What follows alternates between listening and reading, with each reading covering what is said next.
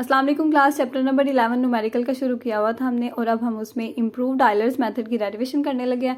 Book से एक दफ़ा डेरिवेशन देखने से पहले आपको मैं फिगर का ऐसे ही एक ओवरव्यू दूंगी ताकि जब हम उसकी थ्योरी पढ़े तो हमें समझ आ जाए, क्योंकि बुक में सारी डिटेल्स नहीं दी होती। ये हमारे पास होगा एक्स एक्सिस और ये होगा हमारे पास वाई एक्सिस।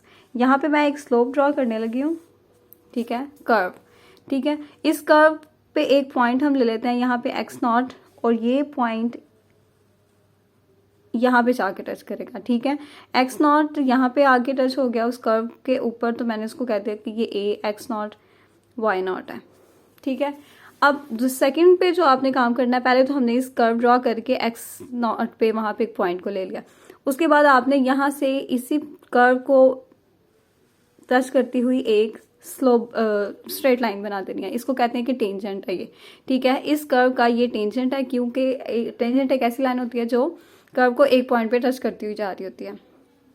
तो ये तो वैसे काफ़ी कर गई है, लेकिन आपने कोशिश करनी है कि यहाँ पे वो एक ही पॉइंट पे जाए, ठीक है। ये होगी, इसको कह देते हैं कि L1, क्योंकि L1 टेंजेंट है इस स्लोप का, तो इस कर्व का, तो इस कर्व की जो स्लोप होगी हम उसे कह देते हैं कि ये है F X naught Y naught, ठीक है। ये स्लोप ऑफ द कर्व हो गई। उसके बाद जो सेकंड पे आपने काम करना है, यहाँ पे एक और पॉइंट ले लेना है। चलो ये गंदा हो गया, x1, ठीक है। अब देखते हैं कि x1 को एक्सटेंड करते हुए जाते हैं, तो देखते हैं इस पॉइंट पे जाके टच हो गई है। इसको मैं कह देती हूँ कि ये क्या, कौन सा पॉइंट है, P, x1 y1 स्टेरिक, ठीक है। y1 स्टेरिक अब आपने देखना है ये क्या है। ये हम आयलर्स मेथड की अप्रॉक्सीमेशन यूज़ कर रहे हैं हम, क्योंकि ये है इम्प्रूव्ड आयलर्स मेथड। तो यहाँ पे जो आयलर्स मेथड को एज अप्रॉक्सीमेशन उसकी यूज़ करनी ही पड़ेगी, क्योंकि उसी में थोड़ी सी इंप्रूवमेंट्स लाई गई हैं। अब y1 स्टेरिक आपको पता है कि ये आयलर्स मेथड होता है, तो ये सारी चीज़ लिख दी हुई है, ये आयलर्स मेथड है। उसके बाद जो तीसरे नंबर पे करने वाला काम है, क्योंकि हमारे पास यहाँ पे आयलर्स मेथड है, तो हम यहाँ पर एक आयलर्स मेथड की एक लाइन ड्रॉ कर लेते हैं जो P को टच करती हुई जा रही है, ठीक है। इसको कह देते हैं हम कि ये L2 है, क्योंकि ये आयलर्स मेथड की स्लोप की वजह से लाइन लगाई गई है। तो यहाँ पे जो आयलर्स मेथड की स्लोप होगी वो होगी x1 y1 स्टेरिक, ठीक है। ये इस कर्व की स्लोप थी, इस वजह से ये इस तरह आई है, और ये जो L2 है, L2, इसको मैंने कह दिया कि ये स्लोप है y1 x1 y1 स्टेरिक, ठीक है। अब एक तो ये हो गई, एक ये हो गई। अब मैं इसकी एक एवरेज निकाल लेती हूँ, इसकी L1 और L2 की एक एवरेज स्लोप कर्व निकाल, एवरेज जो होगी ना इसकी, वो चीज़ मैं यहाँ पे ड्रॉ करने वाली हूँ, ठीक है। अब ये जो लाइन आई है, इसको मैं कह देती हूँ कि ये लाइन का नाम है M, और ये एवरेज है इन दोनों की, L1 और L2 की।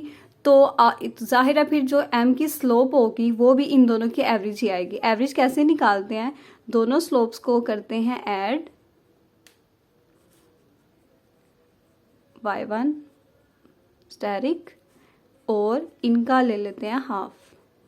तो क्या हो गया, L1 की स्लोप ये थी, L2 की स्लोप ये थी, तो इन दोनों की जो एवरेज स्लोप मैंने निकाल के उसकी जो लाइन ड्रॉ की थी उसको मैंने कह दिया कि ये M है, और M को मैंने M की जो स्लोप आई थी वो ये आ गई है, ठीक है। इसके बाद मैंने क्या किया है, इसी लाइन का एक पैरेलल लाइन मैंने A पॉइंट से, जो ऊपर कर्व थी ना, जो एग्जैक्ट कर्व है, ये वाली एग्जैक्ट कर्व कह लेते हैं इसे।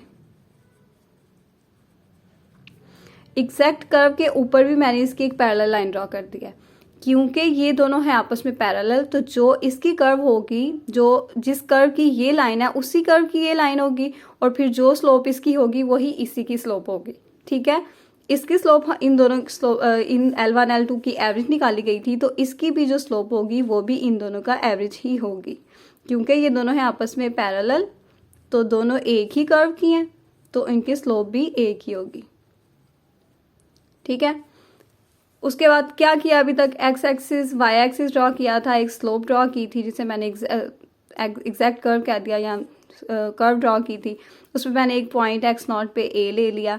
उसके बाद ए पॉइंट पे मैंने एक टेंजेंट ड्रॉ किया जिसको मैंने L1 कह दिया। फिर मैंने L1 की स्लोप लिखी। फिर मैंने देखा कि x1 पे भी जो जाके उस लाइन पे L1 पे टच कर दिया उसको मैंने कह दिया कि ये पॉइंट P है। तो P point x1 y1 static था। y1 स्टैटिक मैंने बताया कि आपको आयलर्स मेथड की अप्रॉक्सीमेशन यूज़ हो रही है, इस वजह से फिर आयलर्स मेथड की वजह से हमें एक कोर लाइन ड्रॉ करनी पड़ी जिसको मैंने L2 कह दिया, उसी की मैंने स्लोप लिखी। उसके बाद मैंने इन दोनों का एवरेज निकाल के एक और स्लोप जो थी मैंने लाइन ड्रॉ कर दी जिसको मैंने M कह दिया। M है L1 और L2 की एवरेज, तो इसकी जो स्लोप होगी वो भी इन दोनों का एवरेज ही निकलेगी। फिर मैंने क्या किया, इसी लाइन का एक जो पैरेलल है वो लाइन मैंने ड्रॉ कर दी और मैंने कहा कि क्योंकि ये दोनों एक ही कर्व की हैं, आपस में पैरेलल है, तो जो इसकी कर्व होगी स्लोप होगी वही इसी की स्लोप होगी। ठीक है, इतनी सी बात आपको समझ आ गई है। इसके बाद जो करने वाला काम है, आपने क्या करना है, इसको एक्सटेंड कर देना और देखना है कि ये जाके इस लाइन को कहाँ पे टच करती है। इस लाइन को तो हमने कोई नाम ही नहीं दिया, इसको कह देते हैं ये क्यू है। ठीक है, इसको कह देते हैं कि ये इस पॉइंट पे टच किया वो ए था, तो इसको बी कह देते हैं कि ये बी क्या होगा, y1 और x1 और y1। ठीक है, इतनी सी बात समझ आ गई है आपको। ठीक है, आपको फिगर की बिल्कुल समझ आ गई है। इसको बुक से थोड़ा सा रीड करते हैं ताकि आपको इसकी समझ आ जाए, फिर आगे जो इसके मैथमेटिकल चीज़ें हैं वो हम फिर करते हैं। We consider a line passing through A. हमने क्या किया, पहले तो ये लगाई एक्स एक्सिस वाई एक्सिस, फिर एक कर्व ड्रॉ की, फिर उस पर एक पॉइंट ए लिया। ठीक है, उन्होंने डायरेक्ट कह दिया एक लाइन पास कर दिया पॉइंट ए से, who slope is the average of the slope eight A and P. Average slope कैसे आई है, वो कह रहा है कि एक हमने पहले ये आपने उसको हूबहू नहीं लिखना। ठीक है, अगर ये पॉइंट आपको लॉन्ग क्वेश्चन आ जाता है तो आपने पहले इसकी सारी डायग्राम को एक्सप्लेन करना है कि हमने एक कर्व ली, x0 पे एक पॉइंट लिया, फिर उस पर x1 पे एक पॉइंट लिया। ठीक है, और फिर उसको देखा कि वो किस पॉइंट पे, उसकी एक टेंजेंट भी ड्रॉ की। ठीक है, उसकी टेंजेंट ड्रॉ करने के बाद हमने x1 पे एक पॉइंट लिया और उसको p रखा, नाम दिया, उसकी क्या क्या स्लोप थी, ये सारी आपने डिटेल से बतानी है। उसके बाद कह रहा है average slope of A and P such that, उसने क्या कह दिया, एवरेज स्लोप है उसकी ए और पी की, जो पी की स्लोप है वो हमने y1 स्टैटिक लिया है। ठीक है, उसने यहाँ पे y1 1 यूज़ किया हुआ है, आप स्टैटिक कर लेंगे, कर लें, कोई मसला नहीं है। ठीक है, वो कह रहा है कि फिगर में let A L1 be the tangent of the curve. उसने कह दिया कि ए पे L1 एक टेंजेंट कर्व है, कर्व की टेंजेंट है ए, इस लाइन को उसने क्या कह दिया, ए L1। ठीक है, ये लाइन क्या है, टेंजेंट है इन दोनों पे, इस कर्व पे, sorry. Be the tangent to the curve at A and PL2 be the line through P having the slope this. क्या कह दिया उसने कि यहाँ पे जो PL2 है, ये L2 नाम दिया था ना, ये जो लाइन है ये P से पास करती हुई जा रही है और ये एक स्ट्रेट लाइन है। ठीक है, line P having the slope, और उसकी जो स्लोप थी वो हमने क्या ली थी, x1 और y1 स्टैटिक ऑलरेडी। ठीक है, now PM is the line having the slope. अब उसने क्या कह दिया कि हमने PM एक लाइन ली थी, एक PM लाइन है ये वाली, जो जिसकी स्लोप इन दोनों की एवरेज स्लोप होगी, वही उसने वहाँ पे नीचे लिख दिया। ठीक है, जो मैंने यहाँ पे लिखी है उसने वो नीचे लिख दिया। That is average of the two slopes. वो कह रहा है कि जो L1 और L2 की स्लोप है ना, उन दोनों का एवरेज है। ठीक है, फिर उसने कह दिया कि A Q through x0 y0 and parallel to PM is used to approximate the curve. वो कह रहा है कि ए जो PM की कर्व थी ना, उसी को उसने अप्रॉक्सीमेट करने के लिए उसकी एक parallel line A Q draw कर दिया है। ठीक है, therefore the equation A B Q, फिर एक पॉइंट बी भी लिया हमने इसको एक्सटेंड करके। ठीक है, उसके बाद उसने कह दिया कि हमारे पास ये जो ए बी क्यू है ना, वो इक्वेशन बन जाएगी, स्ट्रेट लाइन की इक्वेशन कैसे लिखते हैं। ठीक है, x माइनस x0, और फिर यहाँ पे लिखी जाती है उसकी स्लोप। अब हम क्योंकि ए बी क्यू में ले रहे हैं तो उसकी जो स्लोप है, इस लाइन की जो स्लोप है वो क्या थी, इस लाइन की स्लोप ये थी, तो यहाँ पे उसकी स्लोप लिखी जाती है, तो वो मैं यहाँ पे डायरेक्ट वही लिखने लगी हूँ। ठीक है, आप चाहें तो पहले उसका जनरल फॉर्मूला लगा दें, फिर उसे बता दें कि क्योंकि ए बी क्यू में ये वाली स्लोप यूज़ हुई है, इस वजह से हमने इसको यहाँ पे ये स्लोप रखी है। ठीक है, आपको पता है। ठीक है, ये चीज़ हो गई। We are assuming that A1B is equal to y1, A1B is the y1, coordinates of B will be x1 y1। ठीक है, वो कह रहा है कि ए क्यू हमने ना y1 निकालना है जब हमारे पास x is equal to x1 है। x1 पे क्या लें, निकालनी है चीज़ें। यहाँ पे y1 लिख दिया, minus y0 is equal to x1 minus x0, 1/2 f into X naught Y naught plus f x1 y1 static. y1 is equals to X naught. आपको पता है कि x1 minus X naught is equals to h होता है, is equals to, ठीक है, यहाँ पे ये प्लस h इसकी जगह और डायरेक्ट मैं इसको नीचे लिख रही हूँ। f into X naught Y naught is plus f into x1 जो है वो x not plus h। x1 की जगह पे आपने यहाँ से भी देख सकते हैं x नॉट प्लस h, ठीक है।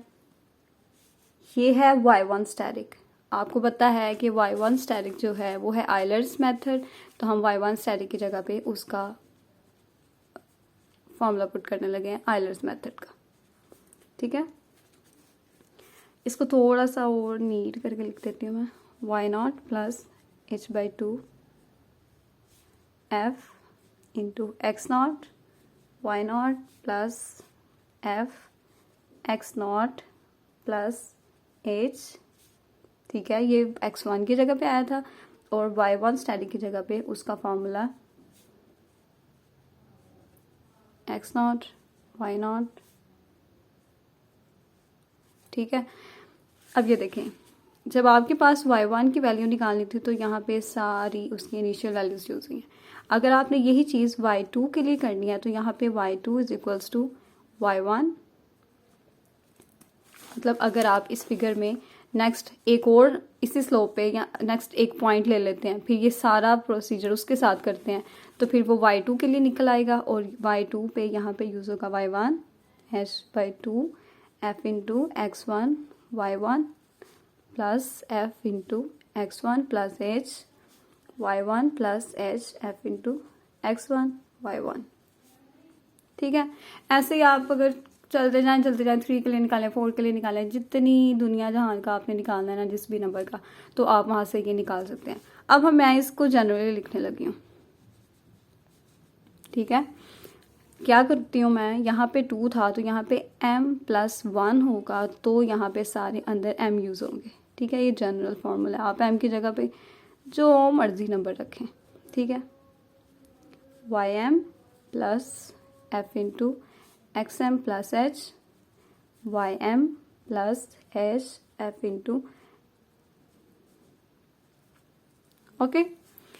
याद करना इसको बहुत इजी है, ठीक है। आपको एफ स्टैटिक का तो फॉर्मूला आता है, आयलर्स मेथड का तो फॉर्मूला आता है आपको। आपने अगर इसकी फिगर को अच्छे तरीके से समझ लिया है ना कि हमने यहाँ पर क्या लिया है, आपने सिर्फ ये चीज़ याद रखनी है, इम्प्रूव्ड आयलर्स मेथड में हमने उसकी एवरेज निकाली थी, ठीक है। 2 स्लोप्स ली थी, उनकी एवरेज निकाली थी, तो एवरेज का फॉर्मूला आपको पता ये होता है। फिर ऑटोमेटिकली आपके जहन में ये चीज़ आ जाएगी कि यहाँ पे एवरेज था तो h/2 मतलब 1/2 वाला ही फॉर्मूला आएगा, ठीक है। उसके अंदर भी क्योंकि यहाँ पे एवरेज हमने जो अप्रॉक्सीमेशन ली थी वो आयलर्स मेथड की ली थी, तो इम्प्रूव्ड आयलर्स मेथड में ये चीज़ भी उसका पूरा फॉर्मूला भी यूज़ होगा, ठीक है।